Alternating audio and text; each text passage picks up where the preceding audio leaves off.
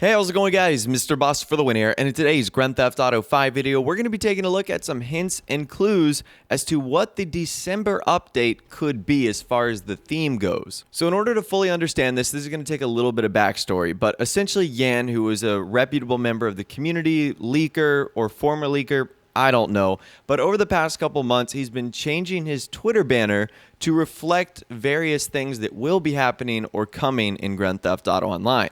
So before the Smuggler's Run DLC came out, he changed his banner to a picture of Rockstar's Smuggler's Run. Lo and behold, we got Smuggler's Run DLC. When people are wondering when the Bumbushka was going to be coming out, he changed his Twitter header to the Bumbushka.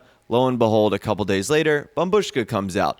And now he's done something different, what looks to be hinting at the next DLC. So if you go to his Twitter page right now, when I'm recording this video, it's October 25th, 2017. So if you're watching this at a later time, it might be different or it might be updated to reflect another theme or an idea. But right now it looks like this. It is the artwork for the I Am Not a Hipster update.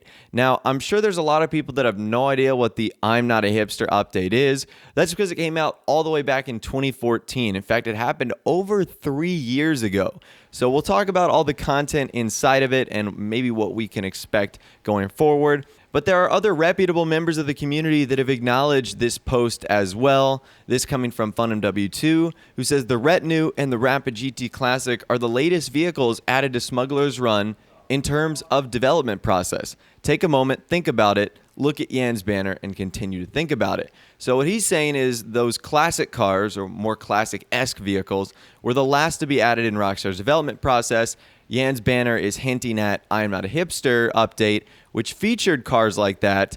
Maybe we're going to be seeing a continuation of vehicles. Again, we'll talk about that in a little bit. And then Mach 1 Bud chimes in with a couple of things. Someone said, I hate to be a Donnie Downer, but didn't Yan quit leaking? He said he did, but his Twitter banner didn't. Someone followed up by saying, it's just a banner though. Any leaker could set their banner to any DLC artwork and make us think the same. I'm not convinced at the moment. And he said, you must have missed the last few times he changed his banner, which is exactly what I said at the beginning of this video. And then someone said, Deluxo incoming maybe, lots of retro stuff. My wallet's waiting. And he said, mine too. Haven't spent a dime since the Rapid GT Classic. Gonna buy the Vigilante, and that's it until Hipsters 2 releases. So that looks as if he pretty much believes that what Yan's Twitter banner is saying is looking like to be the next update in online. So before we dive into what could be coming out in the I'm Not a Hipster Part 2 or Hipsters Part 2 update, we need to go back and look at what happened in the I Am Not a Hipster update in 2014. So keep in mind, this update was during a time when we only got updates for the Xbox 360 and the PS3. This update didn't happen for the next generation system.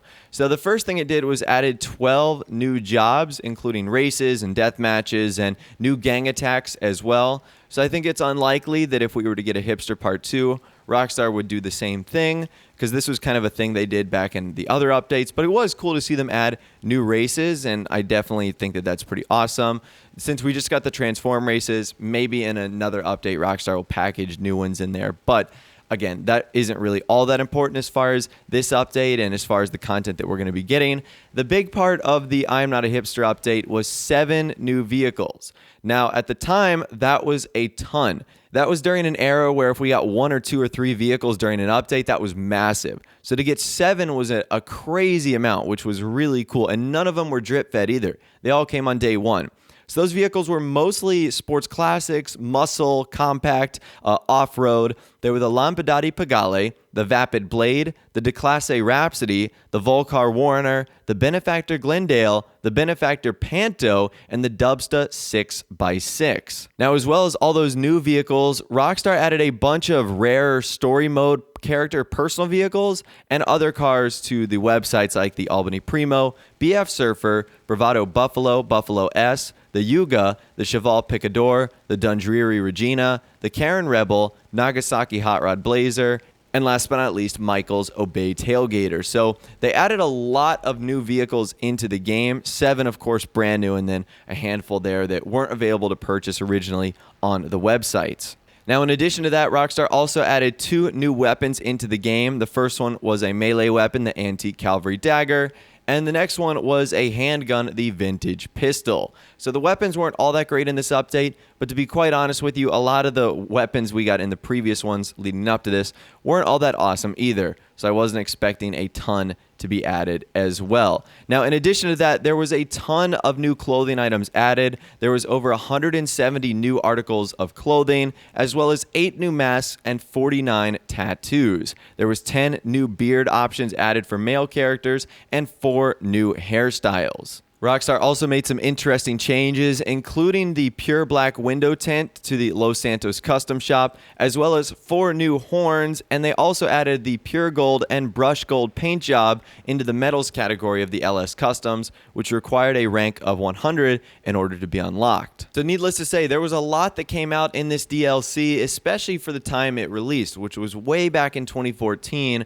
before we received the quality and style of updates that we're getting now in online. Now, that update came out on June 17th, 2014, and this is one of a handful of updates that Rockstar never announced. They literally just added this DLC into the game, and that is it. There was no announcement, there was no newswire, there was no trailer, there was nothing along those sorts. Now, the only thing that has me a little bit skeptical here is what Rockstar said at the end of one of their recent newswires, which was, plus, look out for more to come to Grand Theft Auto Online later this year, including new weaponized vehicles and inventory updates at Legendary Motorsport, new properties coming on the market via Maze Bank foreclosures, and more. So the only problem with that is the I'm Not a Hipster theme doesn't really seem to fit along with any of that. Weaponized vehicles doesn't make a whole lot of sense. In the I'm Not a Hipster update, there wasn't a single Legendary Motorsports vehicle. Obviously, back then, we weren't getting new properties. So I get it. It's been 3 years. The style of updates have certainly changed. But does weaponized vehicles sound very hipster-esque? Do Legendary Motorsport vehicles sound hipster-esque? I'm not too sure, because on Legendary Motorsports, it's mostly supercars, sports classic. I think there's a handful of muscle vehicles, but for the most part, when you think of that hipster vibe, you almost think of Southern San Andreas. So who knows? Maybe Rockstar could just be teasing the tip of the iceberg with that little paragraph right there. But that's the only thing that has me a little bit concerned, is it doesn't really seem to line up. So now that we know all of that, let's talk about what could happen in a modern day 2017 I Am Not a Hipster update. I think it would follow relatively the same thing as far as style of vehicles go. As we heard from FunMW2 earlier, the Sports Classic Retinue and the Sports Classic Rapid GT Classic were the last vehicles in Rockstar's development. So does that mean that these vehicles are sort of a continuation of what we're maybe going to see in a future DLC like the I Am Not a Hipster update? So I think that is certainly a possibility that we'll see more vehicles styled to not only what we saw in the 2014 update, but a handful of the vehicles we saw in the Smuggler's Run update as well. That's one of the things I really loved about the I Am Not a Hipster update, is how unique the vehicles were. Not only in terms of their customization, but just how unique in general they were. Like the Benefactor Panto, that's a smart car. I mean, the Vapid Blade, we had never seen anything like that. The Dubsta 6x6. So I really hope Rockstar continues the trend with this hypothetical update that, once again, has not been announced or confirmed or anything like that. This is just hints and clues that has gotten the community talking, and that's exactly what we're doing right now, just having a conversation. Obviously, I think there's going to be some improvements on the update itself. I would love to see them add new haircuts, new beards for males, outfits for both male and female, tattoos. I'd love to see them dive into more hipster-style weapons. Not exactly sure what that could include. I'm not exactly, well-versed in hipster weaponry, but I think that Rockstar could get very creative and come up with some really cool things.